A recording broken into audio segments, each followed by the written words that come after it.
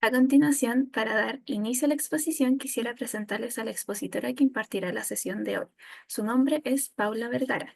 Es licenciada en Psicología de la Universidad Central de Chile, tiene un magíster en Intervención Psicojurídica y Forense de la Universidad Diego Portales y también es psicóloga clínica, eh, Trauma y Psicoanálisis Relacional de la Facultad de Psicología de la Universidad Alberto Hurtado y en el Instituto Latinoamericano de la Salud Mental y Derechos Humanos. Es docente universitaria con más de 25 años de experiencia.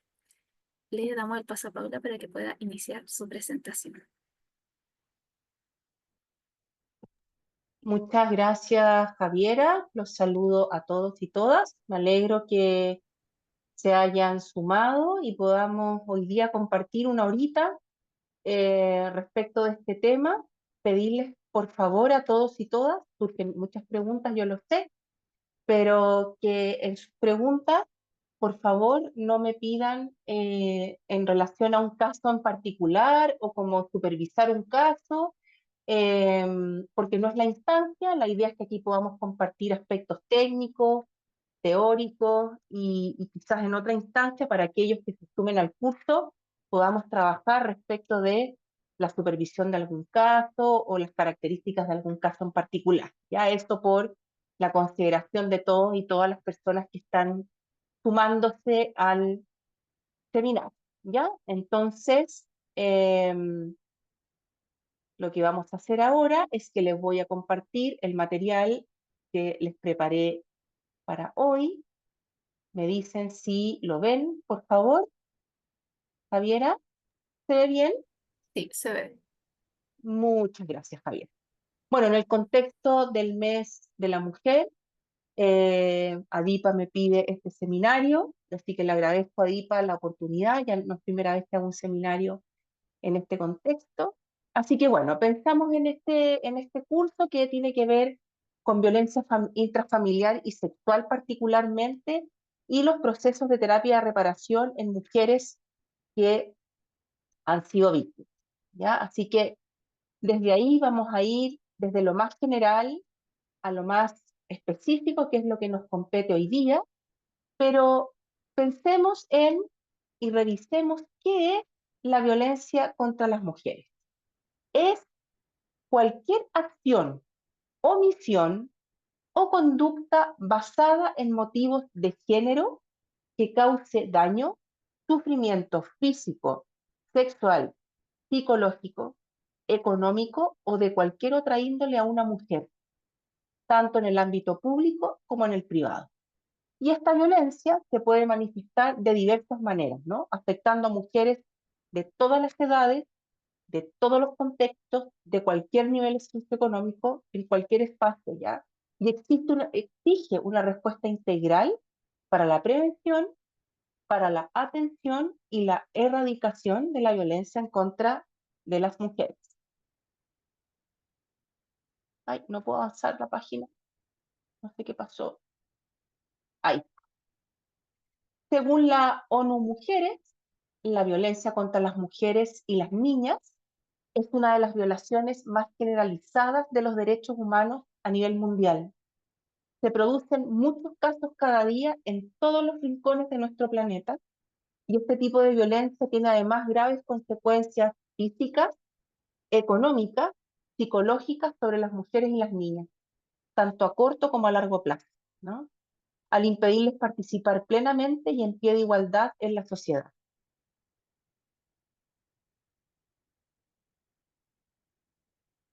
En relación a la Declaración sobre la Eliminación de la Violencia contra la Mujer de las Naciones Unidas en el artículo 1, se define la violencia contra la mujer como todo acto de violencia basado en la pertenencia al sexo femenino que tenga o pueda tener como resultado un daño o sufrimiento físico, sexual o psicológico para la mujer, así como la amenaza de tales actos, la coacción o la privación arbitraria de la libertad tanto si se producen en la vía pública como en la vida privada.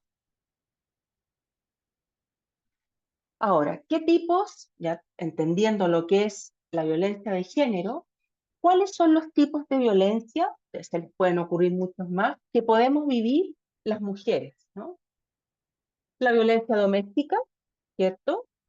al interior del núcleo familiar, la violencia obstétrica, la violencia en relación a nuestra libertad reproductiva, la violencia institucional, la violencia a nivel laboral, la violencia virtual a través de las redes sociales, la violencia callejera o acoso callejero, la violencia mediática, ¿cierto?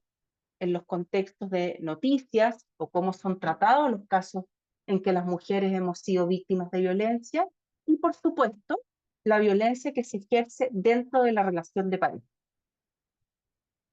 Por lo tanto, las mujeres podemos ser víctimas de violencia física, violencia económica, violencia psicológica, violencia simbólica y, por supuesto, lo que nos compete hoy día y que vamos a trabajar más en profundidad, la violencia sexual. ¿Sí? Y hablamos de desigualdad y discriminación, ¿cierto? Violencia patrimonial, dijimos violencia psicológica, física, económica y sexual. Entendiendo entonces todos los tipos de violencia posibles de las que podemos ser víctimas las mujeres, dijimos que hoy nos vamos a centrar particularmente en la violencia sexual.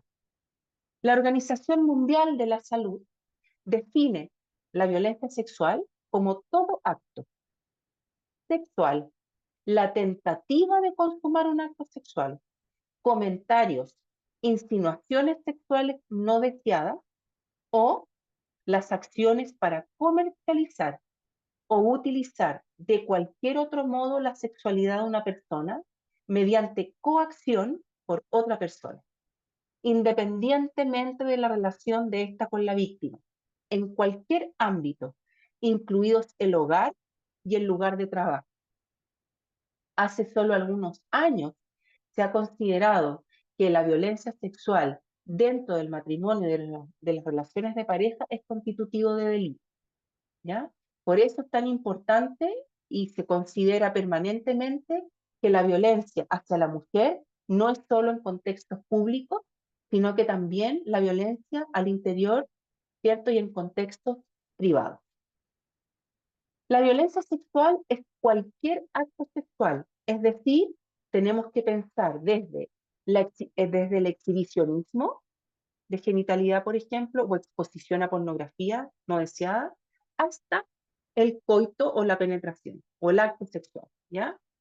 La tentativa de consumar este acto u otro acto dirigido contra la sexualidad de una persona, dijimos, mediante la coacción, es decir, a través del sometimiento de un sujeto hacia otro, independientemente de la relación, como dijimos, en cualquier ámbito.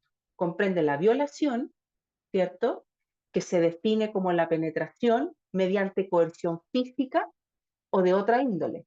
La coerción no solo es a través de la fuerza física, también puede ser a través de armas, a través de la seducción, a través de la manipulación afectiva, engaños, mentiras, distorsiones cognitivas, ¿no?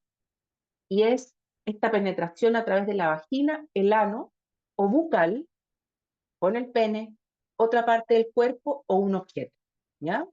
El intento de violación, los tocamientos sexuales no deseados y otras formas de violencia sexual que no necesariamente tienen contacto, que es, como les señalo, el exhibicionismo, presentar pornografía, ¿no? Que no necesaria, y a través de redes sociales, por ejemplo, o como hablábamos, a través de contextos mediáticos. Entonces, ¿cuáles son los elementos centrales que definen a la violencia sexual, finalmente? Independiente de todas las definiciones que pueden existir en relación a la violencia sexual.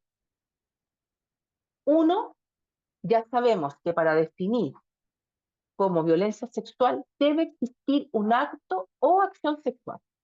Dijimos que desde el exhibicionismo al coito, ¿no? El segundo elemento que define a la violencia sexual es que la finalidad es la gratificación sexual propia de quien somete al otro, ¿no? Aquí no está involucrada la gratificación sexual de la persona que está siendo víctima o que está siendo violentada. Tres, hay una relación asimétrica. Es decir, estamos en una relación de poder, ¿cierto? Laboral, académico, relacional, afectivo, ¿sí? Y de dependencia. Uno de los pilares fundamentales de la violencia sexual es el poder, el abuso del poder. Y esto es importante porque esto es parte del contexto que favorece que ocurra violencia sexual, ¿no? En este sentido, podemos pensar que en un espacio cualquiera puede existir una persona que agrede sexualmente y otra persona que tiene posibilidades de ser víctima, pero no va a ocurrir la violencia si hay ciertos factores que no están presentes. Por ejemplo, el abuso del poder que tiene la persona que somete a la otra, ¿ya? En ese sentido, todos nosotros somos garantes y somos, en el fondo, como parte de una sociedad de buen trato y cuidado, ¿sí? Cuando en esos contextos no es tolerable los procesos de abuso de poder, de silenciamiento, es cuando nosotros protegemos la posibilidad de que exista violencia sexual. 4, el elemento de la coacción, ¿sí? Yo para someter a un otro tengo que coaccionar de forma explícita, como dije, a través de la fuerza física, el uso de armas, o de forma implícita, que es a través de la seducción, el engaño, la manipulación, las distorsiones, el abuso de la relación de confianza que tienen personas, sobre todo como estamos hablando y vamos a hablar en contextos intrafamiliares, donde hay afectos involucrados. Y, por supuesto, la ausencia de consentimiento válido, entusiasta o informado, ¿ya? A veces se dice con toda razón no es no, pero yo creo que también es importante pensar en que sí es sí, ¿no? No necesariamente tengo que decirte que no, sino que de manera activa y entusiasta decir si quiero.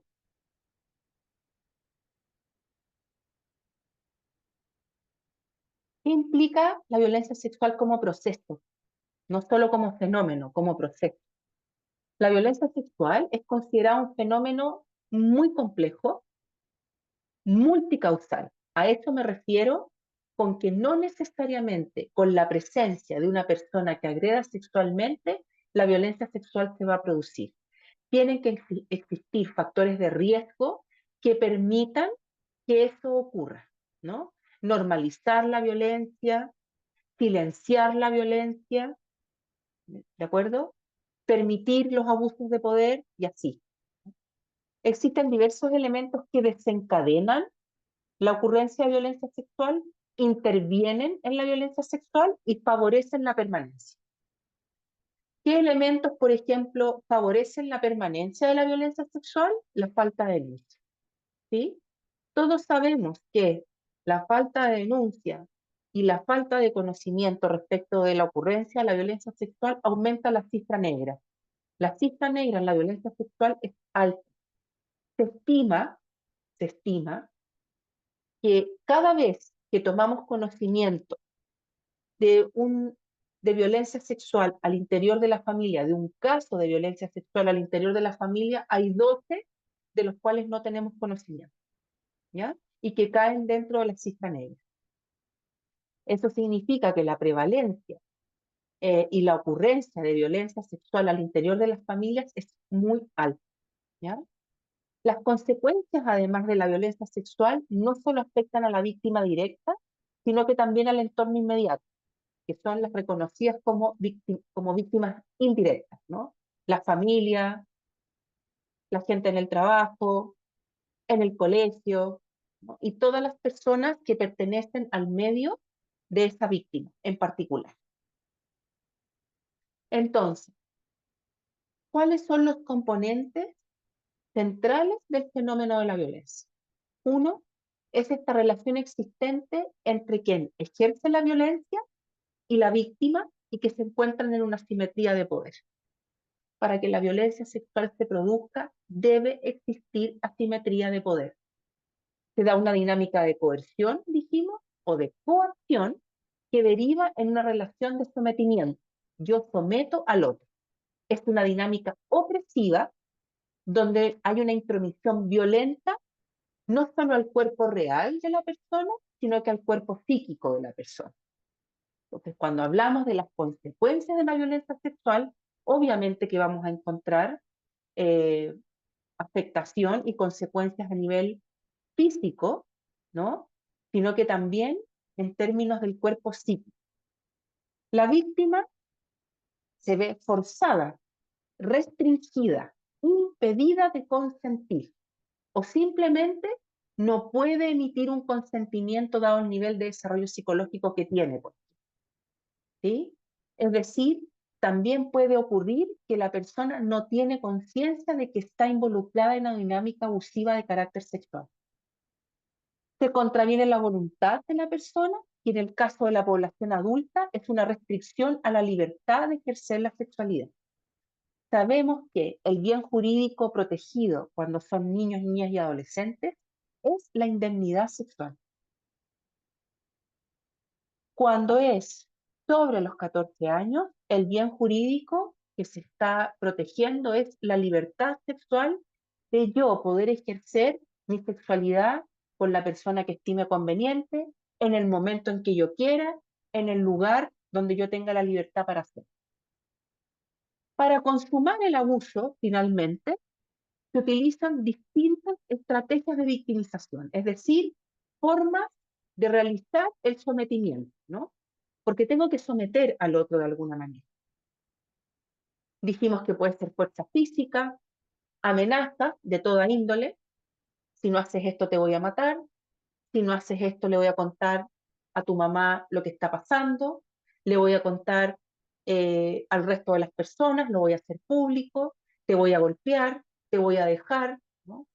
Manipulación afectiva, económica, presión psicológica, extorsión, abusar de la condición de poder, del lugar de poder que tengo, abusar de la incapacidad de oponer resistencia del otro. Por ejemplo, frente a discapacidad física o discapacidad mental o discapacidad porque la persona está bajo los efectos de drogas o alcohol, ¿ya? Entre otros. Dadas las características del fenómeno, y esto es importante, se entiende como una violencia relacional, ¿ya? Este tipo de violencia implica un trauma a propósito de la relación existente. Esto no es lo mismo que una catástrofe, no es un trauma por catástrofe, es un trauma, es violencia a propósito que justamente es relacional. Uno de los aspectos que sabemos que agrava las consecuencias de la violencia sexual es que sea intrafamiliar. Es decir, que esa persona que me ha violentado tiene un rol de afecto, una relación significativa, emocional con la víctima. Es una transgresión a un vínculo de confianza, a la ética del cuidado y a las relaciones, por supuesto. Y lo central acá es que se fisura el pacto social, ¿no? La violencia sexual fisura el pacto social que tenemos todos y todas de cuidar y de buen trato. Él o la responsable de la violencia busca, como dijimos, su propia satisfacción, su propia gratificación sexual. Realiza acciones que representan un menoscabo a la integridad, a la dignidad, cosificando, deshumanizando y desubjetivando al otro. Y este es uno de los aspectos centrales de los procesos de intervención, ¿ya? Y que tiene que ver con comprender que la víctima que tenemos al frente, es decir, esa persona, ese paciente, cliente, usuario, como ustedes lo quieran llamar, es un sujeto que ha vivido una experiencia de objetivación, que ha sido cosificado. Por lo tanto, cuando hablamos de intervención, de buenas prácticas, de buen trato, tiene que ver con tratar a nuestro paciente como un sujeto. No es un objeto de estudio ni un objeto de intervención, ¿ya? La violencia sexual es una de las formas más extremas de violencia de género. Afecta principalmente a niñas y mujeres. Si bien hay otros grupos vulnerables como los niños, la frecuencia estadísticamente es que las mujeres somos con mayor frecuencia víctimas de violencia sexual. Eso no significa que los hombres no sean víctimas, ¿no? Ni las personas de diversidad sexual también pueden ser víctimas. Pero las mujeres y las niñas tienen una mayor probabilidad y efectivamente son en su mayoría frecuentemente víctimas de violencia sexual. Entonces, dijimos que dependiendo de la edad, el bien protegido sobre el mayor de 14 años es la libertad sexual, es decir, decidir si consienten o no en mantener relaciones sexuales. Y el menor de 14 años, el bien jurídico protegido es la indemnidad sexual porque no tiene la opción de consentir. La indemnidad sexual es el derecho de las personas a no verse involucradas en un contexto sexual en atención al daño físico, psíquico o emocional que tal experiencia puede ocasionar en el común de los seres humanos. ¿Ya? Ahora, cuando hablamos de violencia sexual, estamos hablando de una experiencia de trauma, ¿sí? La experiencia de violencia sexual es traumática. Y no solo se experimenta en relación a la intrusión que se produce del ambiente en términos de la sexualidad de la persona, sino que incorpora frecuentemente, y esto es muy importante, la falta de reconocimiento de la vivencia por parte de las personas que rodean a quien ha vivido el trauma, ¿ya? Y en ese sentido, los espacios terapéuticos, los espacios de intervención, se constituyen en un espacio de reconocimiento de la experiencia de violencia sexual que ha vivido otra persona, ¿ya? Porque si estamos hablando de contextos terapéuticos, no es rol del terapeuta determinar si esto ocurrió o no. Lo central es presentar un vínculo terapéutico comprometido donde nosotros damos credibilidad al sufrimiento de una persona que señala haber vivido esta experiencia y que es un reconocimiento a la ocurrencia del hecho y además a las consecuencias que esto puede haber tenido para la persona. De esta manera, las víctimas de violencia sexual eh, viven la experiencia de que los otros, su familia, el sistema, la sociedad, los medios de comunicación, fallan en forma reiterada, desconociendo la experiencia y las consecuencias que esto implica en el psiquismo de la persona que ha sido víctima, ¿ya? Siempre pareciera que lo primero que ocurre, lo primero que se señala es que esto no puede haber sido así, ¿no? Que algo tiene, debe haber algún malentendido, de que no está diciendo la verdad, de que quiere tener alguna ganancia, de que está haciendo y está diciendo que fue víctima de violencia sexual porque está buscando algo, ¿no? Algún objetivo en particular. Las víctimas, las personas, las mujeres que han vivido experiencias de violencia sexual, al denunciar, al develar estas experiencias, están buscando reconocimiento, están buscando justicia, no están buscando ni ganar plata, ni venganza, ni hacerse famosa, ni una serie de elementos que aparecen en el contexto social, ¿no? El abuso o violencia sexual se constituye de esta forma en una irrupción en el desarrollo vital de una persona, altera la continuidad del ser de una persona, genera un quiebre en el ciclo vivencial en su mundo, desorganiza psíquicamente al sujeto, ¿sí? Y se retiran los afectos en las relaciones con otros. Por eso vemos que las personas, las mujeres que han vivido violencia sexual, tienen tantas dificultades en el ámbito relacional, ¿no? Se pierde la confianza, porque lo traumático, la experiencia de violencia, insisto, no ha sido a propósito de una catástrofe natural como un tsunami, o quizás ver que se incendie la casa, ¿no? O que ver una erupción. No, aquí estamos hablando de un daño ejercido por otro ser humano hacia un ser humano, ¿ya? Instalándose, además, procesos disociativos como respuesta para sobrevivir y defenderse de lo traumático. Lo disociativo no tiene que ver con negar la experiencia.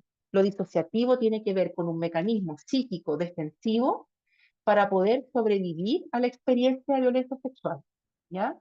Muchos de nosotros que trabajamos interviniendo con mujeres que han sido víctimas de violencia, tenemos que tener en consideración que la gran mayoría de nuestros pacientes están y se presentan a los espacios terapéuticos en estados disociativos y son mecanismos que le han permitido a esa persona llegar al lugar en que está.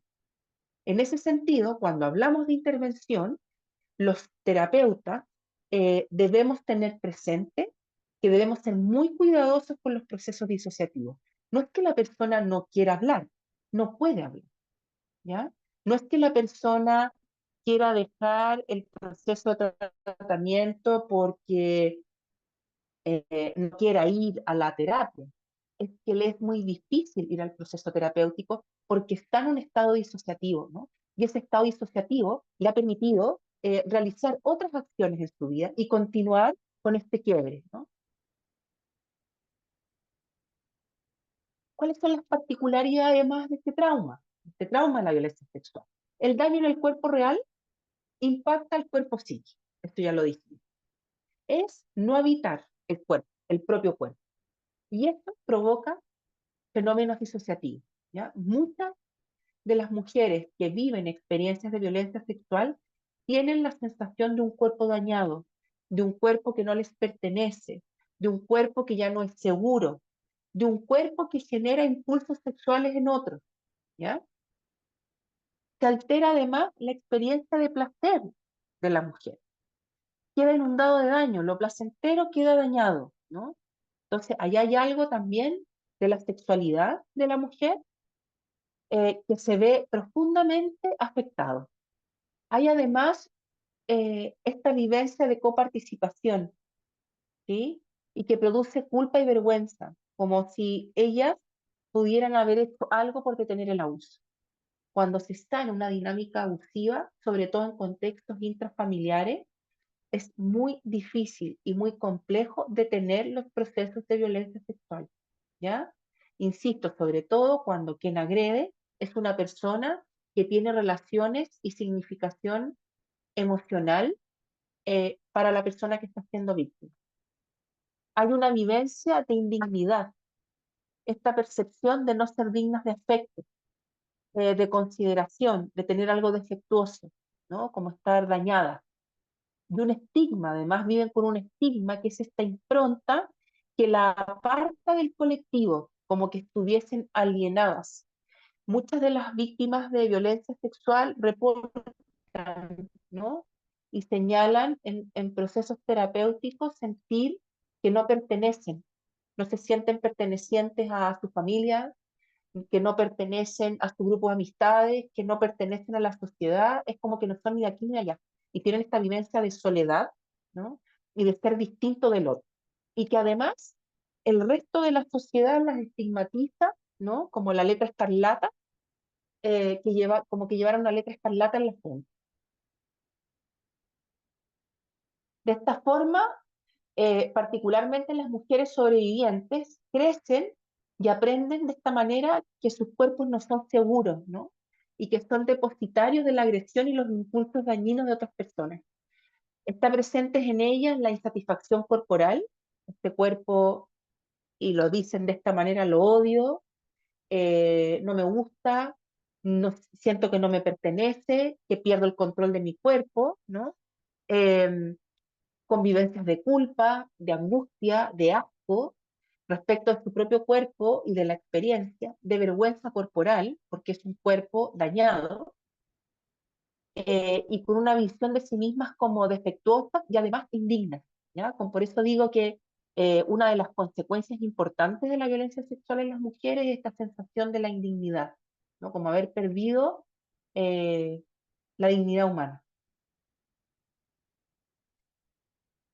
Por otra parte, el mundo no es un lugar seguro, dada la traición a la confianza, ¿no? Son personas que tienen muchas dificultades para establecer relaciones interpersonales, amorosas, a largo plazo, en términos laborales, amistades, ¿no?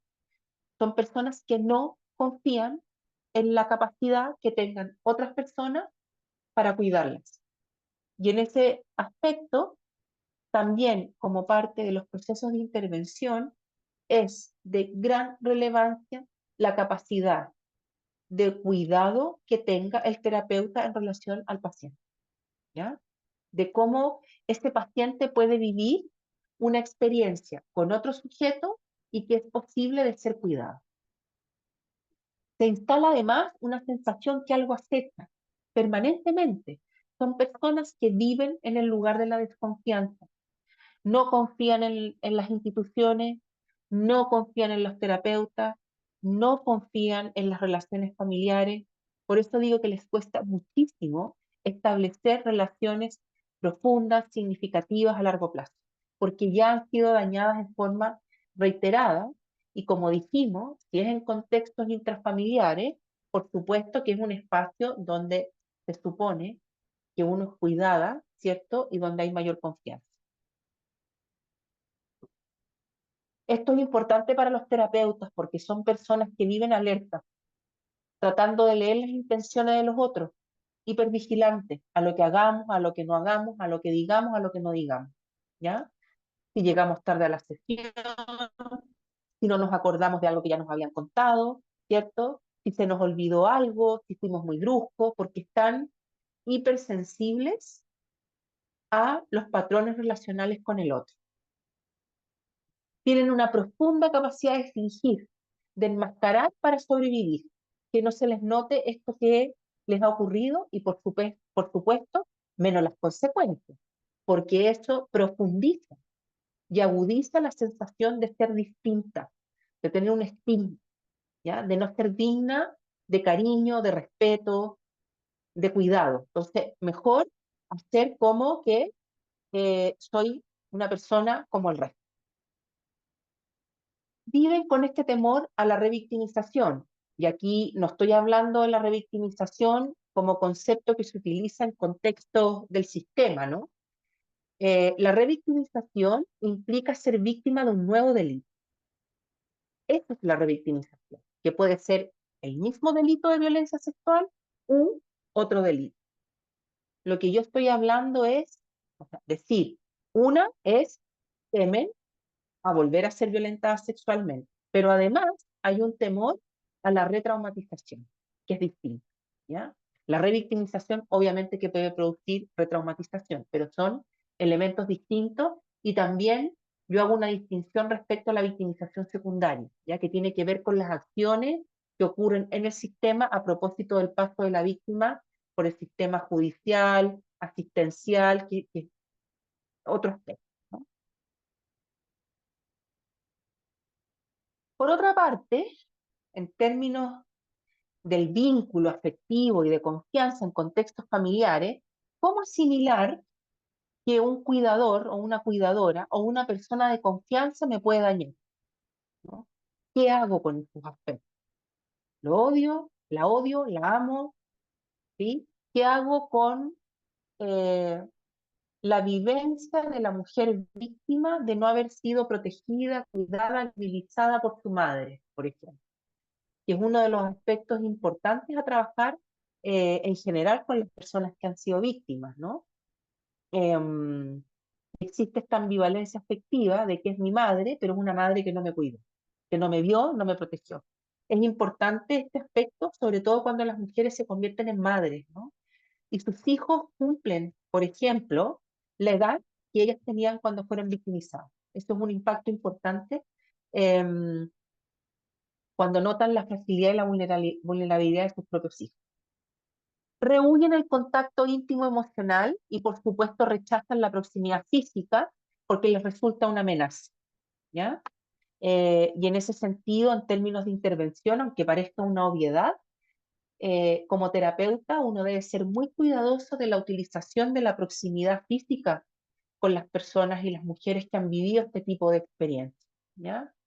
Hay un sentimiento además de ineficacia asociada a la pérdida de vivencias de seguridad y control. Son personas que tienen la sensación de no controlar nada respecto de su vida, ¿no? Que nada les resulta, que entran a un trabajo y les va mal, entran a otro trabajo y también les va mal, toman una carrera, toman otra, ¿no? Y es esta sensación permanente de que nada va a salir bien, que nada les va a resultar y que no pueden ser exitosas en nada de los proyectos que emprendan. Si es que logran en algún minuto establecer algún proyecto de vida. Tienen, por otra parte, dificultades en modular y discriminar las emociones, ¿no? Son personas, mujeres, que viven intensamente la ira, la pena, ¿no? Hipersensibles a los discursos de los otros, a lo que el otro diga, a lo que el otro piense, ¿no? No discriminan sus propias emociones. Les dificulta mucho comprender y distinguir si lo que están vivenciando es miedo, es angustia, es ansiedad, es tristeza. Yo, antes de sumarme al seminario con ustedes, estaba con una víctima, mujer, que me decía que me siento mal. Estoy con mis amigas y no me siento parte del grupo y me siento mal. De acuerdo. ¿Qué es sentirse mal? ¿A qué te refieres con sentirte mal? ¿Es miedo? ¿Es angustia? ¿Es ansiedad? ¿Qué es? ¿No? Pierden esta capacidad de poder discriminar e identificar qué es lo que les está pasando. Ahora, ¿por qué pierden esta capacidad? Si ustedes recuerdan, una de las eh, diapositivas que vimos anteriormente decía que uno de los procesos que ocurre durante la victimización sexual es que se mantienen fuera los afectos, ¿sí? El afecto desaparece, por lo tanto la persona no tiene acceso a sus propios afectos, no los puede identificar. Y ese es otro de los elementos importantes en procesos de intervención. Acompañar a la mujer, en este caso, a identificar y poder discriminar qué es lo que está pasando, porque eso sí es un trabajo que permite disminuir los mecanismos disociativos. Por otra parte, hay una vivencia de una infancia incompleta, ¿no? En general se dice que uno de los objetivos importantes en relación a la victimización sexual y por supuesto del trauma es historizar, ¿no? ¿Por qué los psicólogos preguntamos por la infancia? Porque es importante historizar. En general, las personas que han vivido violencia sexual intrafamiliar en forma reiterada tienen una profunda dificultad en recuperar sus recuerdos, ¿ya? No recuerdan su infancia y además tienen esta vivencia de una infancia incompleta, algo que debería haber ocurrido y que ellos perdieron, que ellas perdieron. Hay una vivencia de una salida prematura de la infancia y la pérdida del cuerpo infantil, ¿no? Porque hay una entrada abrupta a la sexualidad adulta, por ejemplo. Hay una culpabilización, una sensación de culpa a propósito de tener este cuerpo que precipita el desenfreno de quien agrede, ¿no? Quizá me vestí de una manera, quizá mi cuerpo o me moví de algún modo, ¿no? Y esto también es parte importante de los procesos terapéuticos de poder mostrar, ¿cierto?, a nuestra paciente que la gratificación es por parte del otro, que la responsabilidad del acto de violencia es del otro, ¿ya? Y por supuesto hay un profundo miedo a convertirse en mujer. Entonces vemos mujeres infantilizadas, mujeres que tienen mucho miedo a la sexualidad y por supuesto también personas que se han hipersexualizado a propósito de haber vivido experiencias de violencia sexual en forma crónica, sistemática o reiterada.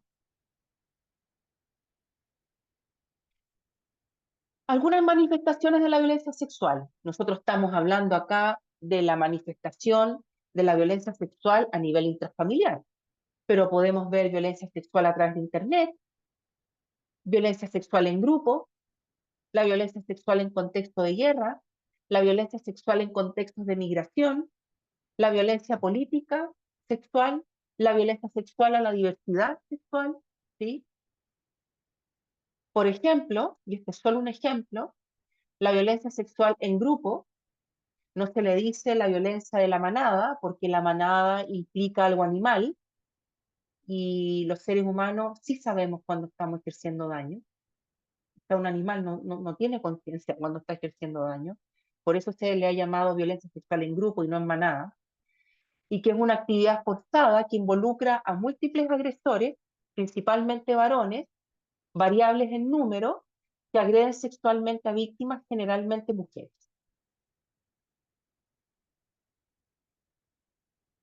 Violencia sexual en contextos de migración, voy a ver estos dos ejemplos nada más, porque en el curso quizá abordemos otros tipos de violencia, pero las mujeres y niñas migrantes y refugiadas corren el riesgo frecuente de sufrir violencia sexual a lo largo de todo el viaje, en su camino a buscar refugio o reunirse con sus seres queridos. Muchas mujeres y niñas refugiadas e inmigrantes se han visto expuestas a varias formas de violencia sexual y de género, ya sea en sus países de origen, de primer asilo o a lo largo de la ruta.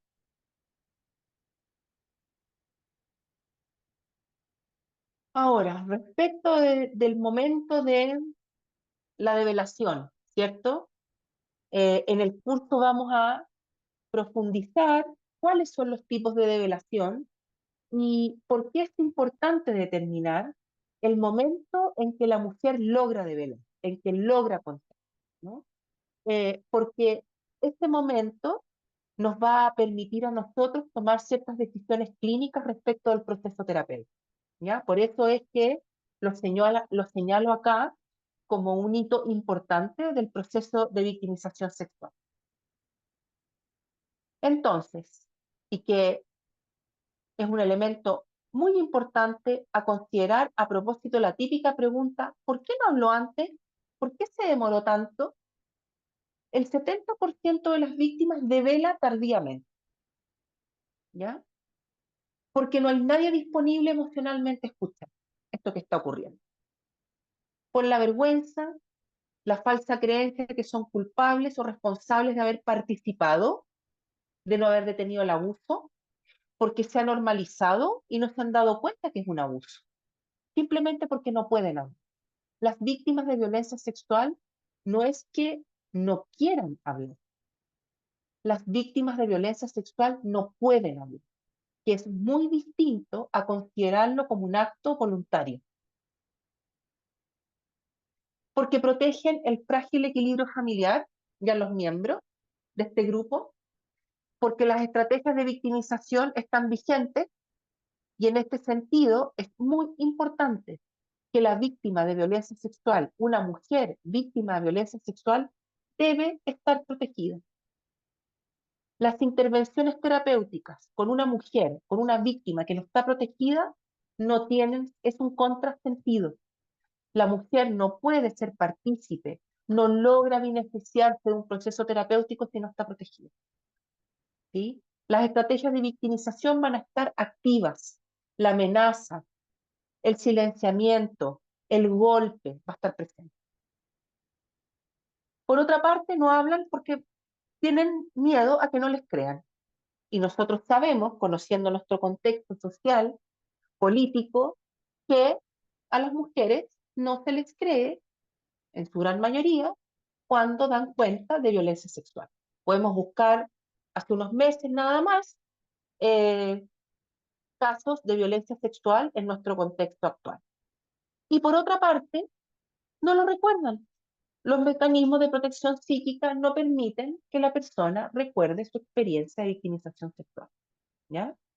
Es por eso que aquellos que trabajamos en intervención debemos tener estos aspectos en consideración al realizar nuestros procesos, ¿ya?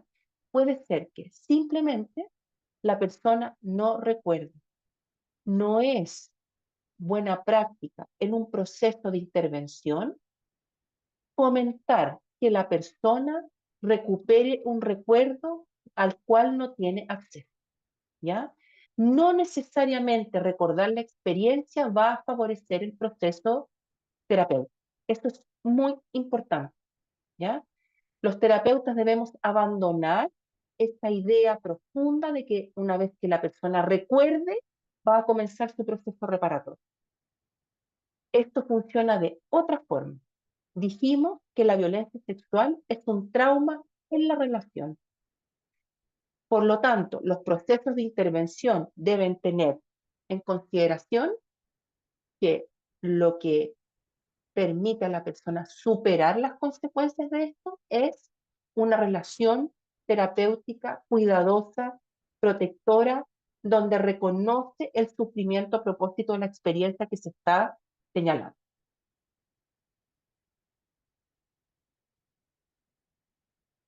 Puse acá lo que es la violencia intrafamiliar, a propósito de que en este seminario nos interesa ese espacio.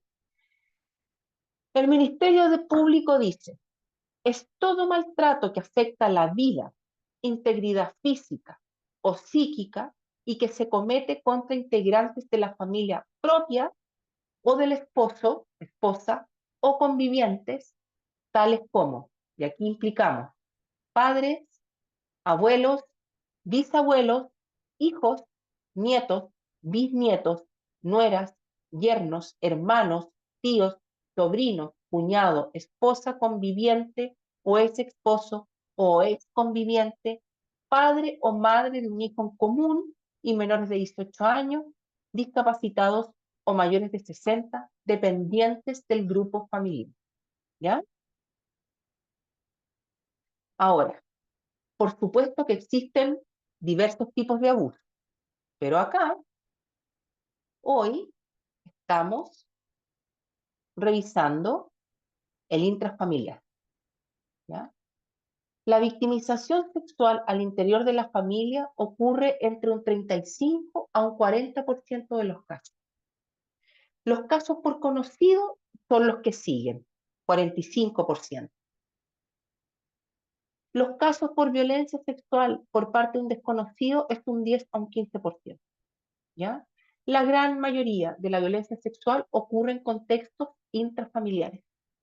La persona que abusa es miembro de la familia, el padre, la madre, el padrastro, como dijimos, y la principal estrategia de sometimiento o de victimización es la imposición del secreto. ¿Ya?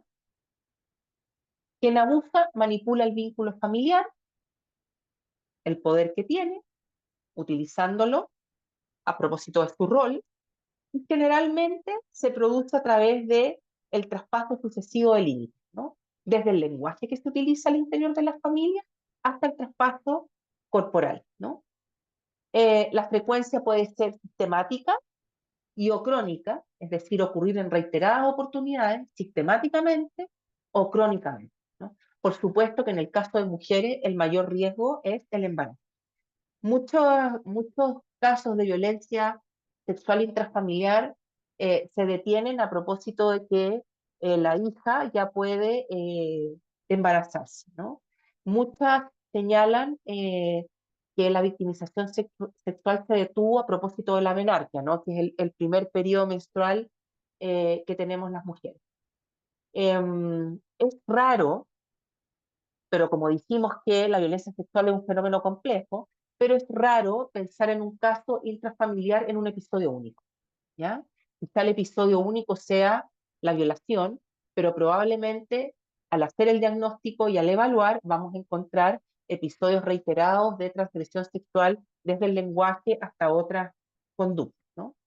Ocurre en el domicilio de la víctima, es decir, donde vive la mujer y el agresor o agresora, y las agresiones generalmente se dan en familias con organizaciones, jerarquías y estructura disfuncional, ¿cierto? Y son el resultado de múltiples factores que bloquean o perturban los mecanismos naturales que regulan la sexualidad al interior de una familia.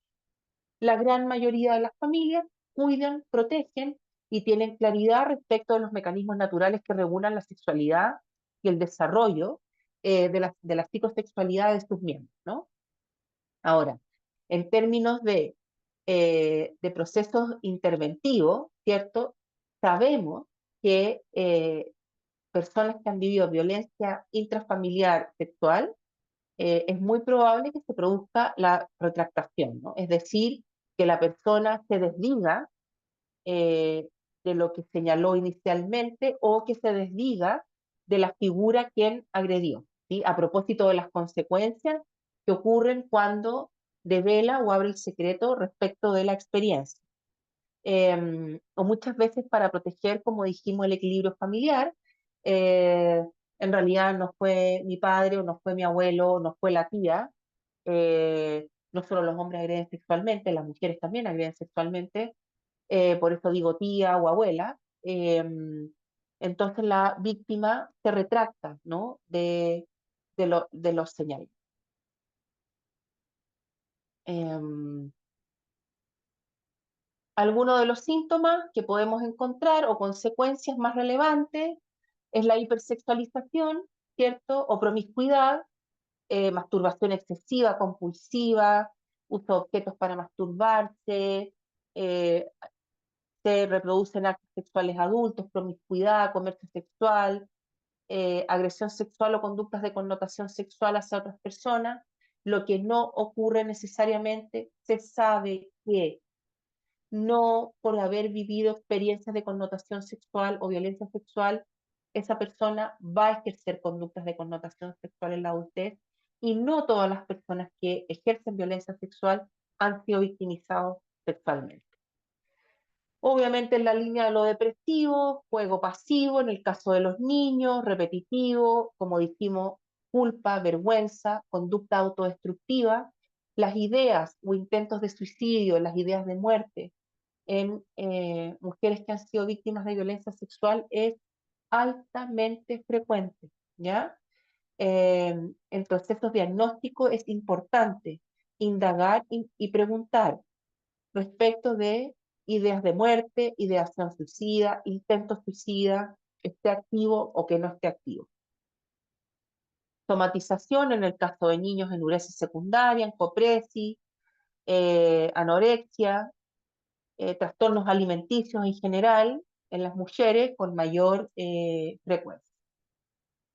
Ahora, en términos de los procesos terapéuticos, es importante que hoy día hagamos una distinción significativa respecto de la reparación a, como reparar a un objeto. Piensen que las mujeres tienen esta sensación de cosificación versus reparar con la víctima, ¿ya? Que tiene que ver con restituir la dignidad y no restituir o reparar a la víctima. Reparar a la víctima tiene esta visión patologizadora y cosificante, una cosa, un mueble que yo tengo que arreglar, ¿no? Y que lo negativo reside dentro de la víctima. El concepto de reparar a se centra en el daño además y en el déficit, en las fallas que tiene esa persona. El terapeuta puede perder de vista a la persona completa y estigmatizar a la víctima, que es esta mujer abusada.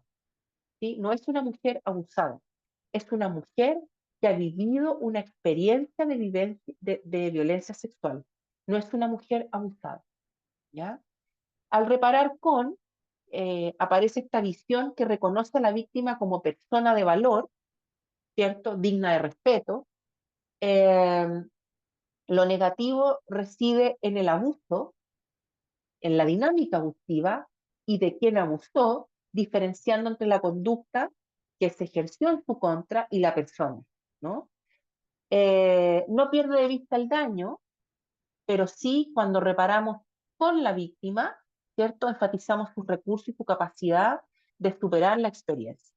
El terapeuta se compromete, como les dije, se compromete en la relación con una persona integral. Es una persona que sufrió un abuso, no es una persona abusada. Em, en términos del concepto de reparación, pareciera que hay algo en caso de la víctima que está estropeado. Las personas no se estropean, las personas no nos dañamos, ¿ya?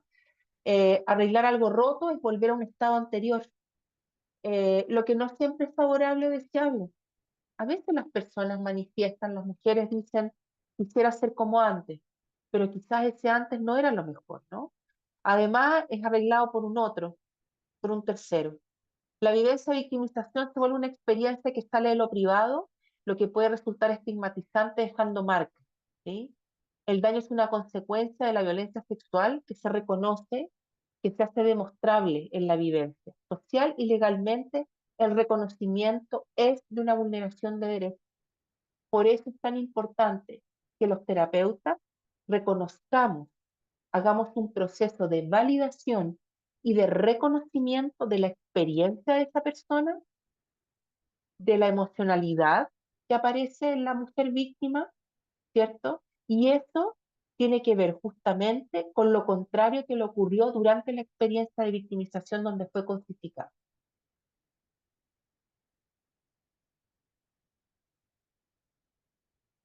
Actualmente se habla más de superación, más que de reparación.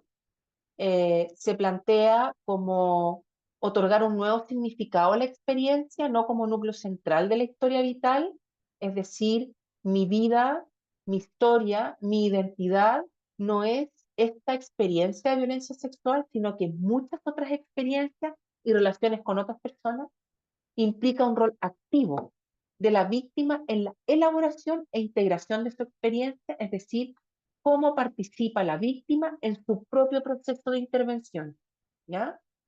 Eh, Resulta la comprensión adaptativa, parte de la vivencia y no condicionadora de la experiencia. La vivencia de transgresión sexual es una experiencia negativa dentro de otras experiencias, que sin restar relevancia despatologiza y desidentifica a las personas, ¿ya? Em, el comprender las dinámicas abusivas es un desafío para que la persona pueda reubicarse en su historia, ¿sí? Es decir, eh, cómo es que se produjo esta dinámica abusiva, ¿cierto? Y cómo es que eh, yo no soy mi experiencia abusiva, no me identifica la experiencia abusiva. Es un proceso continuo de avances y retrocesos. En términos muy resumidos, pero de buenas prácticas, el proceso de intervención en violencia sexual requiere de una evaluación específica donde realizamos un buen diagnóstico, donde vamos a indicar o no terapia. No todas las víctimas requieren de terapia inmediatamente y eso tiene que ver con la capacidad que tengamos los tratantes de hacer buenos procesos de evaluación y diagnóstico en que podamos identificar los indicadores del daño, cuál es el daño que se ha ejercido a esta persona y por supuesto cuál es la motivación que tiene esta mujer en este caso por tener un proceso, ¿ya? No todas las mujeres tienen motivación ni es el momento para participar de un proceso reparatorio. Planificar el proceso terapéutico, qué objetivos tengo, jerarquizar los focos de intervención a propósito de las necesidades particulares de esa víctima, implementando la intervención. Cada intervención es individualizada a partir de las necesidades, particularidades y recursos de esta mujer en particular, porque también depende cuál tipo de abuso, cómo fue la revelación, en qué etapa de su vida, ¿no? Qué vínculo tiene con quien la agredió, la frecuencia con que esto sucedió, fue sistemático, fue reiterado, fue crónico, ¿no? Todos son elementos que debemos considerar para el proceso de superación. Algunas consideraciones para la psicoterapia de una víctima de violencia sexual: flexibilidad en los objetivos planteados, insisto, no todos necesitan lo mismo. Técnicas y focos de intervención de acuerdo al ciclo vital de la persona. Obviamente una víctima adolescente, una mujer adolescente, no va a requerir de, de las mismas intervenciones, no va a tener los mismos intereses que una mujer que es madre, por ejemplo, a los 30 años, o una mujer de 60. Tenemos que tener la capacidad de establecer objetivos terapéuticos dependiendo del contexto vital en que esté esa mujer. Hay un rol terapéutico de acompañamiento, facilitador, contención del proceso elaborativo. No minimice ni justifique las experiencias abusivas, no patologizar las respuestas al trauma, no hablar de eh, este daño que tú tienes, pero sí de las consecuencias, ¿cierto? De lo que implica el trauma. Yo a veces ni siquiera hablo de que, mira, es normal que te pase esto. Yo digo, es esperable que te sientas de esta manera a partir de la experiencia que viviste, porque normal, todos sabemos que es un concepto fácilmente criticable y cuestionable. No eliminar ni derribar sin ninguna consideración las defensas de nuestra paciente, por algo está en un estado disociativo que le ha permitido sobrevivir. Debemos respetar, dar una connotación positiva y favorecer la creencia de mejora. Y muchas de nuestras pacientes tienen esta sensación de que no van a mejorar, de que no van a superar la experiencia y, por supuesto, desarrollar al máximo nuestras capacidades empáticas. Los objetivos de la intervención en términos generales, contribuir a la superación de los efectos que produjeron en las personas las vivencias de transgresión sexual. Y dentro de los objetivos específicos, dijimos que uno de los más relevantes para poder intervenir es la seguridad y la protección de la mujer víctima. Apoyar y acompañar en el apoyo legal, ¿cierto? En el apoyo a la familia de esta víctima y favorecer la resignificación de la experiencia de abuso sexual. La intervención siempre va a ser interdisciplinaria para aquellos colegas presentes acá que se desempeñen en contextos privados, en sus consultas privadas, o que piensen o proyecten trabajar en consultas privadas con víctimas, mujeres de violencia sexual. Siempre es importante contar con una buena red profesional, ¿ya? A nivel legal, en términos sociales, ¿no?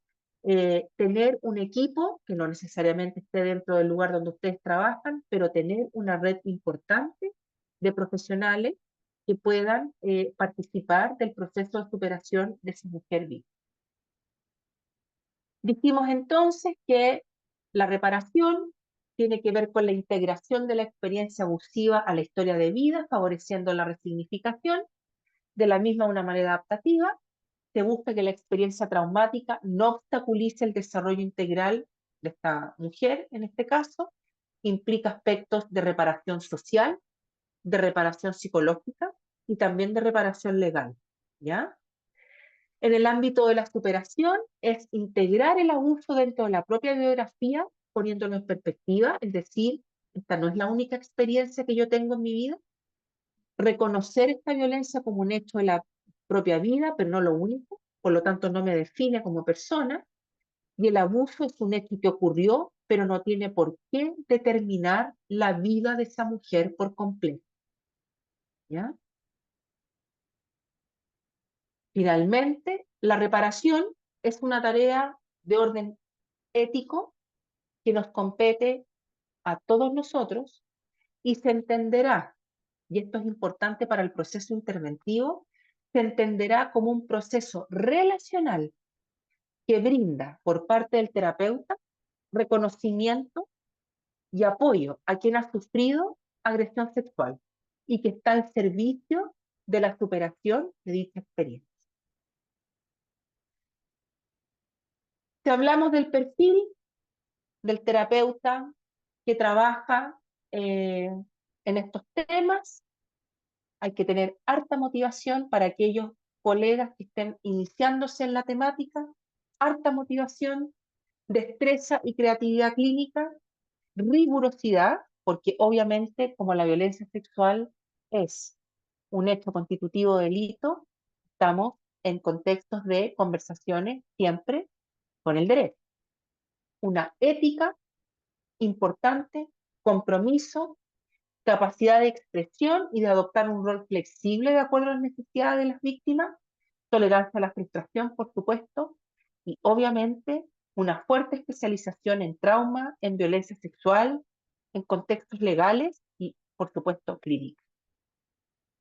Les dejé acá una foto de un pececito que se llama garrarrufa. Hay un video muy lindo en YouTube respecto de los terapeutas considerados como garrarrufa. Es un pez inquieto, pero de nado lento y a veces hasta torpe. No necesariamente los procesos terapéuticos tienen que ser rápidos, ni en virtud de lo que el derecho nos solicita. Y finalmente es un pez muy resistente y capaz de soportar muchos cambios en el ambiente a propósito de todos aquellos y aquellas que trabajan en los temas de violencia sexual y particularmente. Así que eso, espero haber abordado la gran mayoría de los contenidos. Javiera, no sé si en estos minutitos que quedan alguno de los participantes quisiera preguntar, hacer algún comentario. Yo encantada los Y por supuesto, muchas gracias, Paula. Ahora podemos pasar a la ronda de preguntas y tenemos tiempo para que dos personitas levanten la mano y ahí yo les puedo dar la palabra para que hagan la consulta que tengan. Vivian, ya. Vivian, Isis. Vivian, ahí te pedí que reactives tu micrófono.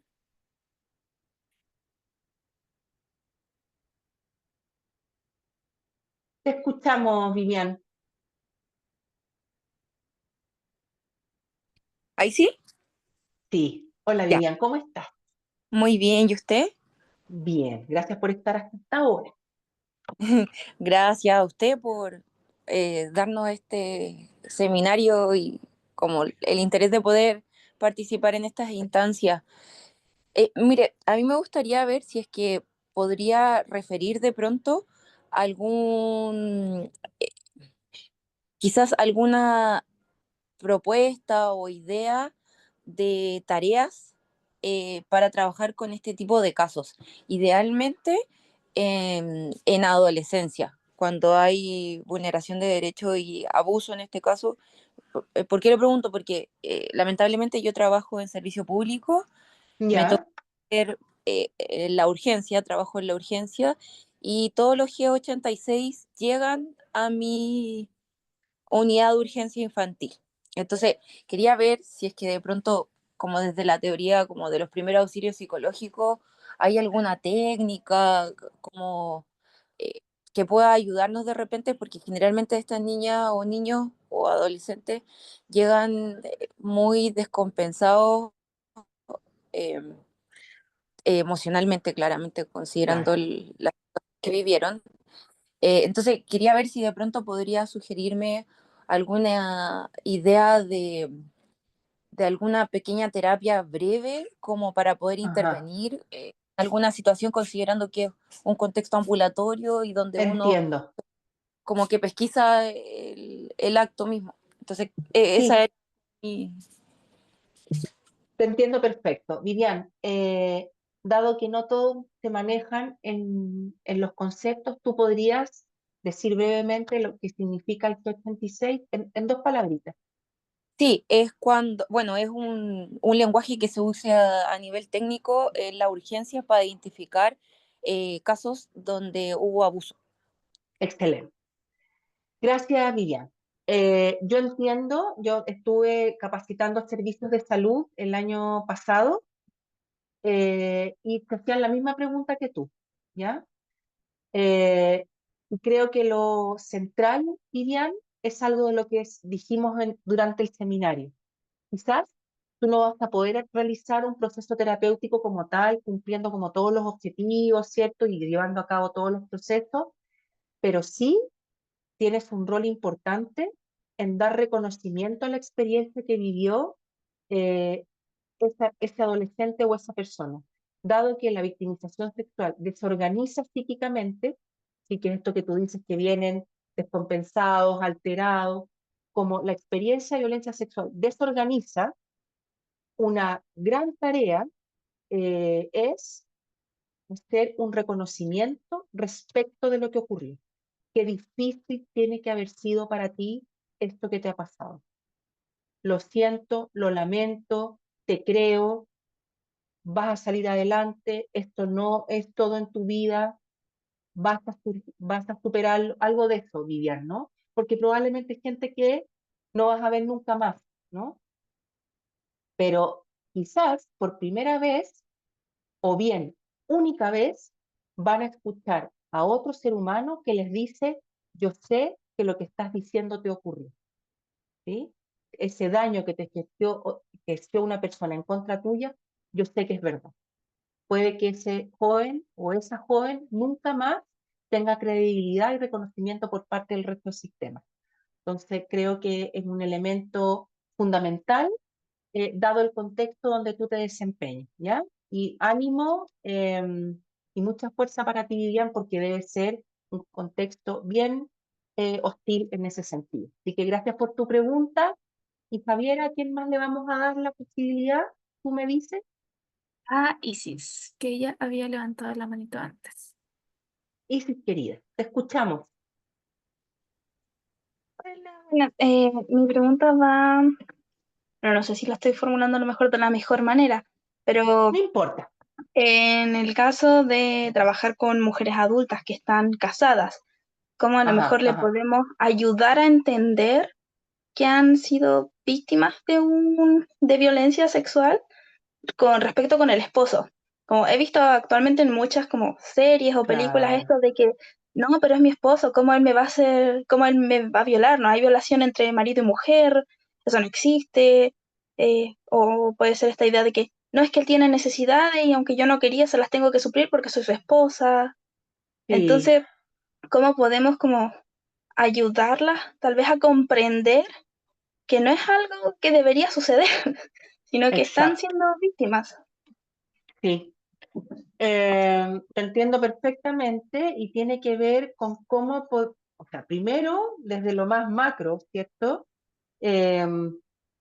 Entender que parte de la violencia de género tiene que ver con eso, ¿no? Con estas ideas patriarcales respecto de lo que la mujer tiene que satisfacer al hombre, ¿cierto? Y todas estas ideas patriarcales y desde la cultura machista. Tú puedes, mi estimada Isis, hacer algo de eso, ¿no? Como ir tratando de problematizar y psicoeducar a una mujer que probablemente viene de un contexto cultural, de ciertas creencias religiosas, por ejemplo. Y es importante que tú y todos los que estamos presentes acá sepamos que aunque muchas veces nosotros intentemos problematizar y proteger, esto puede que no ocurra, porque la persona todavía está dentro de la dinámica abusiva. Eh, y muchas veces los sistemas abusivos intrafamiliares tienen un profundo poder a propósito de las relaciones emocionales y afectivas, como dijimos, que existen a nivel intrafamiliar. Y tenemos que comprender que los profesionales del área estamos fuera de ese sistema, ¿no? Y que puede ser que una mujer incluso nos pueda develar violencia sexual y a la siguiente sesión negarnos que nos reveló violencia sexual, ¿ya? Entonces, a lo que uno apuesta es que algo del buen trato, de las buenas prácticas, de nuestros intentos por problematizar, van a permitir que esa mujer pida quizás ayuda en otro momento, ¿sí? Por eso digo que estos procesos tienen un tiempo, tienen un modo. Ojalá nosotros, todos los que estamos acá y que tenemos conciencia y distinguimos este fenómeno, quisiéramos que las personas problematizaran y salieran de estas dinámicas, ¿no? Eh, pero también es un proceso salir de la dinámica abusiva, ¿no? Esto no tiene que ver necesariamente con nuestras intervenciones. A veces tiene que ver con las intervenciones de otras personas que no necesariamente pertenecen al sistema de asistencial psicológico, del trabajo social o de los abogados. A veces son terapias alternativas, procesos de hipnosis, ¿sí? Que no necesariamente son tan formales, pero que permiten que la persona inicie lo que yo llamo la ruta de la superación, ¿ya? Y la ruta de la superación tiene un tiempo y nosotros debemos ser respetuosos de eso, ¿sí? Esto, me pasé 3 minutitos, Javiera, perdón, perdón. Les agradezco mucho, son las 9:20 y somos más de 300 personas. Entiendo que es un tema que nos motiva y nos interesa a todos y por supuesto que estén ustedes presentes acá tiene que ver con la motivación y la responsabilidad que tienen de al menos dar una pincelada a este fenómeno para poder intervenir de una forma más responsable y adecuada. Así que les agradezco mucho, espero haber aportado en su desempeño laboral, en su disciplina, y espero ver a muchos de ustedes en el que eso. Y gracias, Javiera, por la compañía. Muchas gracias a ti, Paula, por la instancia. Ahora nosotros nos vamos a quedar haciendo el sorteo, así que vamos a parar la grabación por mientras.